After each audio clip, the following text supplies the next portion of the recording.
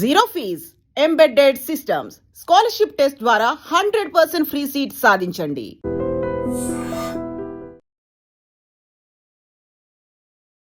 Hi hello నమస్తే, welcome back to our channel. నేను మీ వైషు. మనసంతా నువ్వే రిలీజ్ ప్రేమ కథ చిత్రాలకి జనాల్లో అంత మంచి పాపులారిటీ వచ్చిందంటే ఆ పాపులారిటీని పరిచయం చేసింది ఉదయ్ కిరణ్ గారు.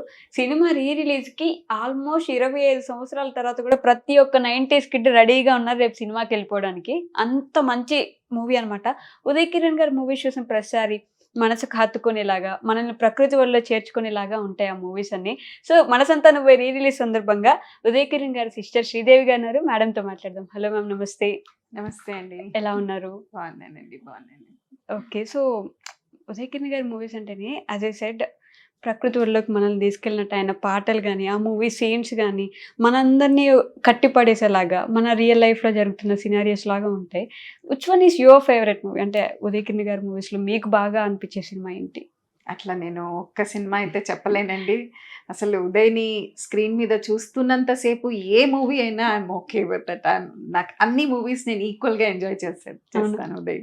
ఓకే. సో రేపు రిలీజ్ ఉంది కాబట్టి మనసంతా నువ్వే, how excited are you? Manasantha Nuvve is yes in his life ఒక ల్యాండ్ మార్క్ మూవీ అనే చెప్తాను. Because Chitram, Nuvvu Nenu, Manasantha Nuvve, the first 3 movies, his first 3 babies అది. అండ్ ఈ మూవీ, ఈ first 3 movies was super duper hit and ఒక ట్రెండ్ సెట్ చేసేసింది అసలు. ఈ 3 మూవీస్ ఒక టైప్ ఆఫ్ మూవీ స్టార్ట్ అయింది అప్పటి నుంచి, ట్రెండ్ సెట్టర్ మూవీస్ ఇవన్నీ.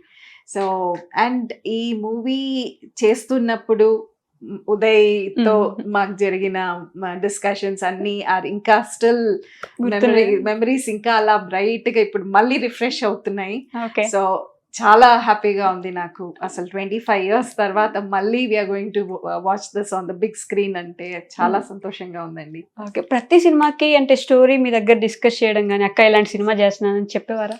ఎస్ అండి. స్టోరీ ఫస్ట్ వచ్చి ఇంట్లో అందరితో షేర్ చేస్తాడు before he agrees the movie. ఏదైనా కూడా స్టోరీ వచ్చి మొత్తం చెప్తాడు ఇంట్లో. వీల్ హ్యావ్ అ సిట్టింగ్ లాగా పెట్టుకుంటాం అంటే స్టోరీ వినేసి ఇంటికి వచ్చి ముగ్గురిని కూర్చోపెట్టి స్టోరీ చెప్తాడు.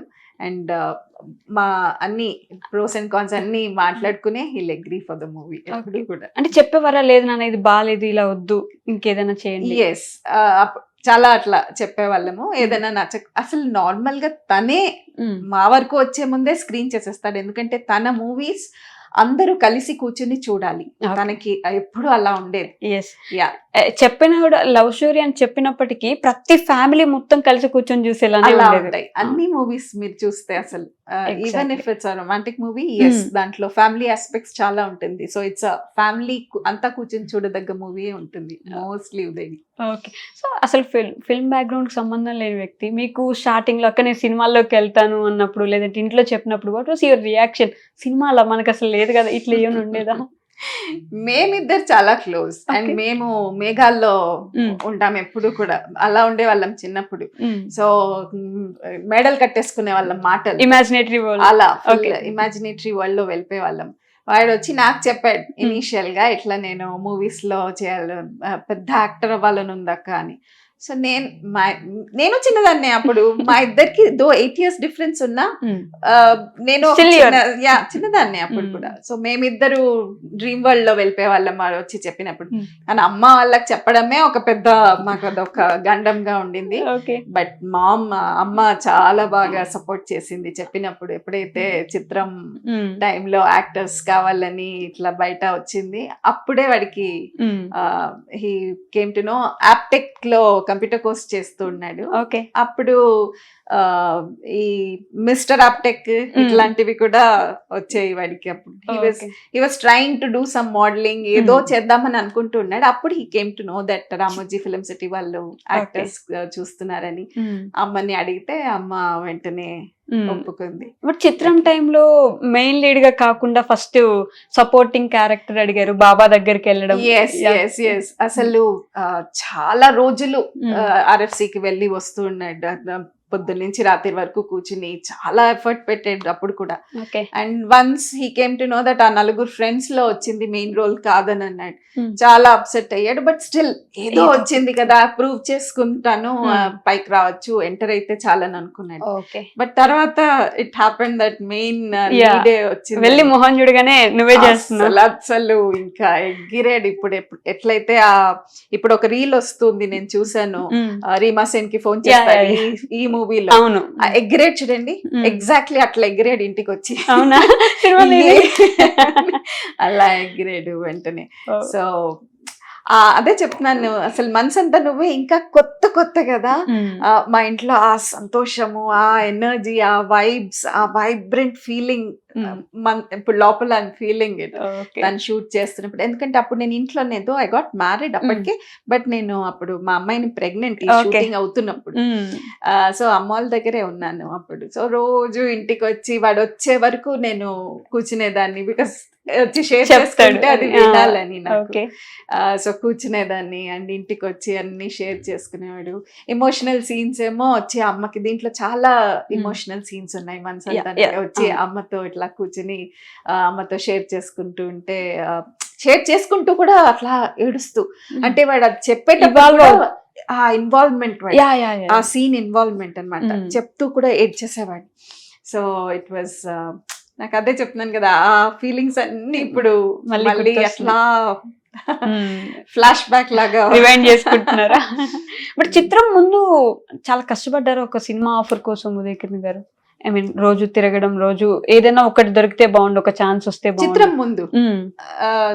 చిత్రం ముందు అదే, he wanted to get in to, at any cost he wanted to get in to, try చేస్తూ ఉన్నాడు ఇట్లా ఎవరైనా అని. అప్పుడే RFC వాళ్ళ గురించి, రామోజీ ఫిలిం సిటీ వాళ్ళ గురించి తెలిసి అక్కడికి వెళ్ళడం. ఉదయకిరణ్ గారు టూ డివోషనల్ విన్నాను నేను. చాలా అండి, చాలా గాడ్ ఫియరింగ్. సాయిబాబా ని బాగా నమ్మేవాడు. చెప్పులు లేకుండా నడిచి వెళ్ళిపోయేవాడు. మేము ప్రకాష్ నగర్ కాలనీలో ఉండేవాళ్ళం. మా ఎయిర్పోర్ట్ అక్కడ ఉంది కదా, నాన్నగారు ఎయిర్పోర్ట్ లో పనిచేస్తారు. సో ప్రకాష్ నగర్ లోనే ఉండేవాళ్ళం. అక్కడ మినిస్ట్రీ రోడ్ లో ఒక సాయిబాబా గుడి ఉంది. ఎవ్రీ థర్స్డే చెప్పులు లేకుండా గుడికి నడిచేవాడు. నడిచి ఎవ్రీ థర్స్డే బాబా గుడికి వెళ్ళేవాడు. అండ్ ఏ వెహికల్ కొన్నా ఫస్ట్ బాబా గుడికి వెళ్ళి పూజ చేయించేవాడు. ఎవ్రీ ఇయర్ ట్వైస్ షిర్డీకి వెళ్తాడు. షిర్డీ బాబాని ఎక్కువ నమ్మేవారు. చాలా గాడ్ ఫియరింగ్. ఓకే. అంటే దేవుడిని అంత నమ్మే వ్యక్తులు సినిమా ఇండస్ట్రీలో నిజంగానే ఇప్పుడు సినిమాలు వస్తున్న కొద్దీ అది తగ్గిపోయి ఆటోమేటిక్ గా సినిమాలో పడుతూ ఉంటారు కదా. బట్ పెరగలేదండి. ఈవెన్ అదర్వైజ్ అసలు ఇంట్లో కూడా చాలా పట్టింపులు, చాలా అమ్మ ఇట్లా రూల్స్ ఉన్నాయన్నమాట. అమ్మకి రూల్స్, అక్కకి రూల్స్, ఎవరెవరికి సెట్ ఆఫ్ రూల్స్ అన్నమాట. చాలా పద్ధతి ఆయన పెట్టేవారు. అంటే ఏదో పెద్ద సినిమా ఫ్యామిలీ అని అట్లా కూడా కాదు. ఇంట్లో వెరీ నార్మల్ గా మనం ఎలా ఉండాలో అలాగే నార్మల్ గానే ఉండాలి. ఓకే, అలా అన్నమాట. సినిమా మారుతున్న కొద్ది, అంటే సినిమాలు పెరుగుతున్నాయి, మంచి బడ్జెట్ పెరుగుతుంది, ఇంట్లో కూడా కొంచెం లెవెల్ పెరుగుతుంది కదా, ఏమైనా కొంచెం బిహేవియర్ లో తేడా వచ్చేదా? అస్సలు లేదు. అదే అస్సలు లేదు. అసలు బాస్ తమ్ముడు అనే అందరితో అసలు ఏ మాత్రము. నేను ఇంకా అప్పుడప్పుడు నాకు అది కొత్త కదా, I was enjoying his, my brother is an actor అని నాకు ఒక గొప్పగా ఫీల్ అయ్యానేమో. కానీ అక్క ఏంట మాటలు అని, నేను ఏదైనా ఉదయ్ కొంచెం దూరం ఉంటుంది, వాళ్ళంతా వస్తున్నారు, వస్తే రాని ఏముంది పలకరిస్తాను అందరినీ అని. I was trying to support him అన్నమాట. అలా he was very very very easy going. Okay, polite ఉండేవారు. చాలా అభిమానులతో మాట్లాడేవారు. చాలా అభిమానం అసలు. అదే ఎవ్రీవన్ తను రెడీ అవుతుంటే నేను వెళ్ళి చూసేదాన్ని. తను ఏ టైంకి కిందికి దిగుతాడని తెలుసు కదా. అక్కడ అంత బిల్డింగ్ చుట్టూరు వచ్చి కాలేజ్ పిల్లలు వచ్చి నించునేవారు. సో అదంతా ఒక ఫేస్. ఇదంతా మనసంతా నువ్వే టైమే. చెప్పిందంతా మనసంతా నువ్వే టైంలో. అసలు ఆ స్టోరీ ఇన్వాల్వ్ అవ్వడం కానీ, సీన్ టు సీన్ ఆయన ఏడ్చినప్పుడు మనం ఏడుస్తాం యాజ్ ఏ ఆడియన్ అక్కడ కూర్చొని, ఆయన హ్యాపీగా ఫీల్ అయితే యూస్ టు ఫీల్ హ్యాపీ కదా. మీకు ఆ స్టోరీ, ఐ మీన్ ఆ సినిమా ఫస్ట్ టైం అప్పుడు చూసినప్పుడు ఎలా ఉండింది ఎక్స్పీరియన్స్? ఉదయకిరణ్ గారితో కలిసి చూసారా? రిలీజ్ రోజే చూసాము. అండ్ అసలు ఫుల్ ఏడ్చారా? ఉదయ్ కిరణ్ గారు కూడా ఏడ్చారా? అంటే వాజ్ హీ ఎమోషనల్ పర్సన్? అంటే ఎస్ చాలా ఎమోషనల్ అండి, చాలా ఎమోషనల్. తనకి ఏదైనా బాధగా ఉంది అంటే తను ఎక్కువ చూసిన మూవీ సాగర్ సంగమం అండి. తనకి if he wants to really cry out, Sagar సంగమం పెట్టుకుని ఏడ్చేసేవాడు.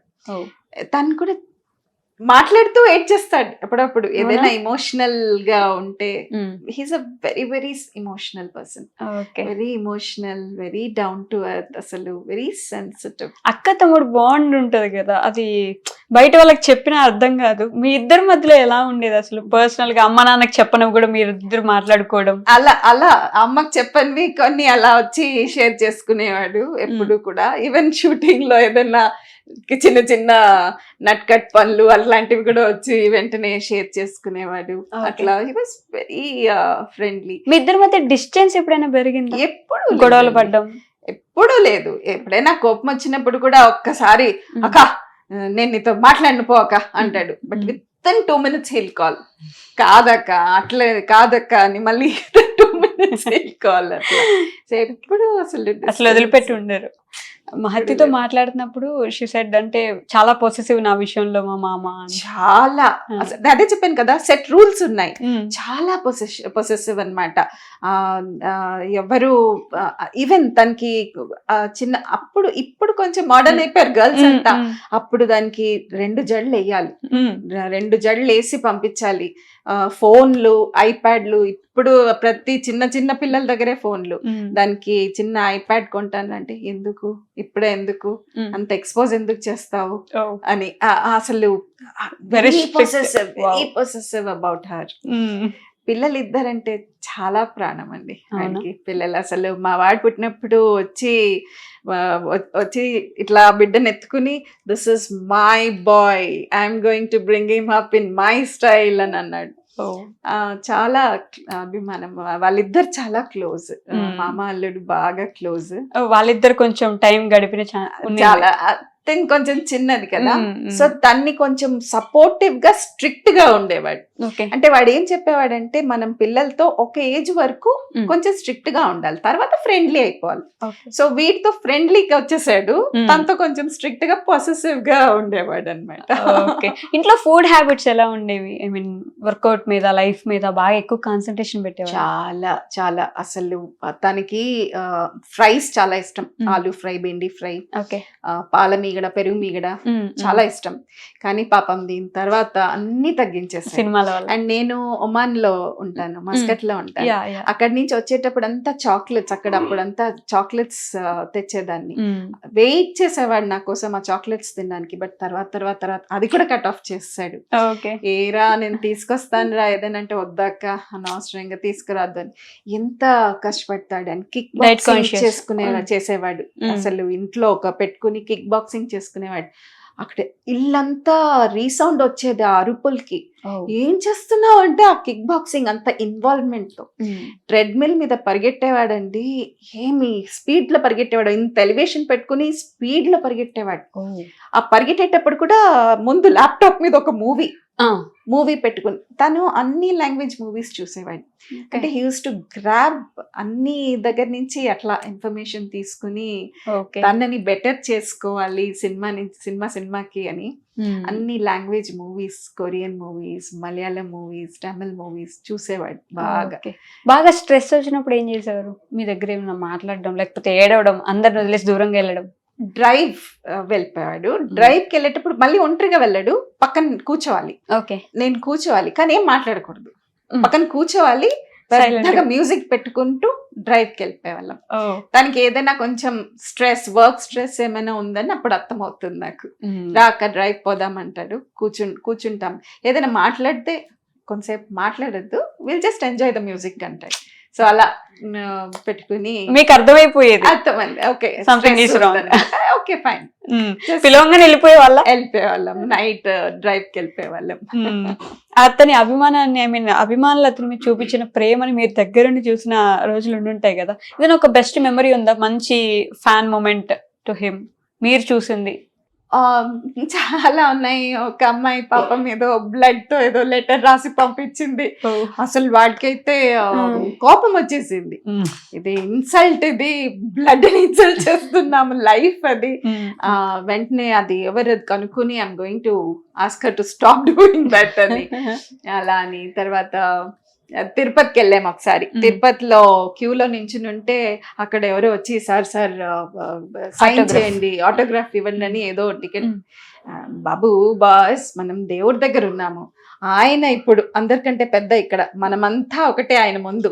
నువ్వు ఫస్ట్ ఇది కానీ బయట మాట్లాడదాంలే, నీకు బయట ఏం కావాలి అన్ని చేస్తాను అని అలా చెప్పడం కూడా ఎంతో స్వీట్ గా అలా చెప్పాడు. ఇప్పుడు ఆయన మనందరికి అక్కడ ఉన్నారు, అక్కడ చూడమ్మా, హీఈస్ ద బాస్ ఇక్కడ అని అలా అన్నాడు అనమాట.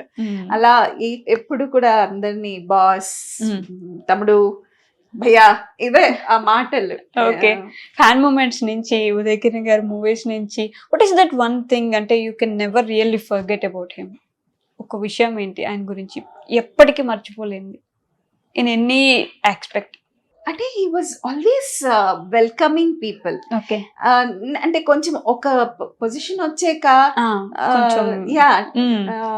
హెడ్ స్ట్రాంగ్ అయ్యే ఛాన్సెస్ ఉంటాయి కదా. But he was always down to earth. ఎప్పుడు ఎక్కడ కనిపించినా కార్ దిగి మళ్ళీ పలకరించేవాడు ఏదైనా కింద బయట ఉంటే.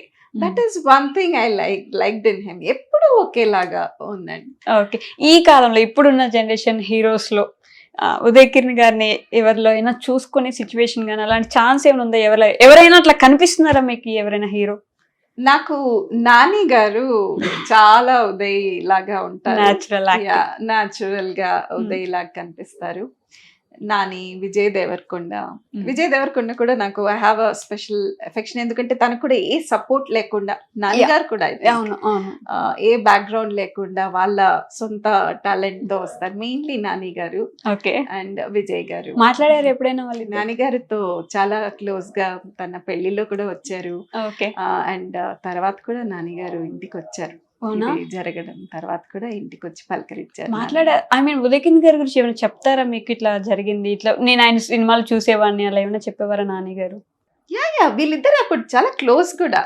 నాని, తరుణ్, ఎన్టీఆర్, అల్లరి నరేష్, వీళ్ళంతా చాలా క్లోజ్. అప్పుడు 19 years కే సూపర్ స్టార్స్ అయింది ఎన్టీఆర్ గారు, ఉదయ్ కిరణ్ గారు. వీళ్ళ చాలా క్లోజ్. నా ఎన్టీఆర్ తర్వాత తరుణ్ అండ్ ఉదయ్ అయితే వీళ్ళ ముగ్గురు చాలా క్లోజ్ బడ్డీస్. అప్పుడంతా చెప్పేవాళ్ళు ఇంటికి వచ్చి వీళ్ళిద్దరి గురించి మీకు? ఉదయ్ కిరణ్ ఇంటికి వచ్చి షేర్ చేసేవారు.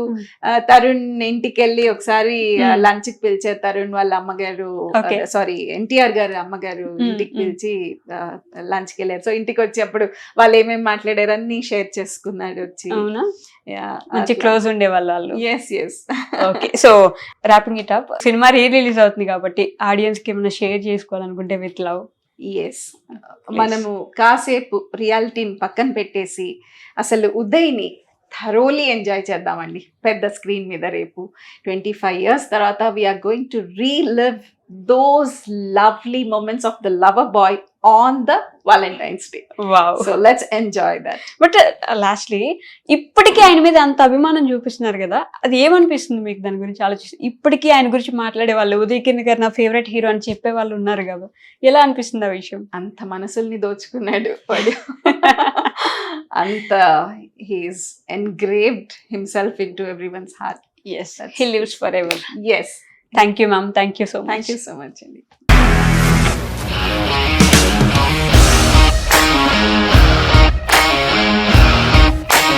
ఇండస్ట్రీలో కమిట్మెంట్ ఇష్యూస్ వస్తే నీకు కూడా వచ్చినట్టు? మార్నింగ్ తీసుకెళ్ళాలంటే కొట్టి పడేసాడు.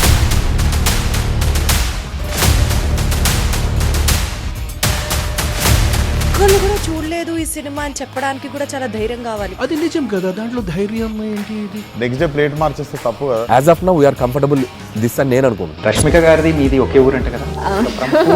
నీకు కోపం వచ్చిందంటే బాగా తిట్టేత్తరా? తిట్టేద్దామండి. నిజంగా గేమ్ ని ఎలా చేంజ్ చేయగలిగారు? ఏపీఎస్ఎఫ్సి వాళ్ళకి 6 నెలల్లో నేను 6 లక్షలు కట్టా. బిజినెస్ చేయాలనుకుంటే it is as difficult as riding a tiger.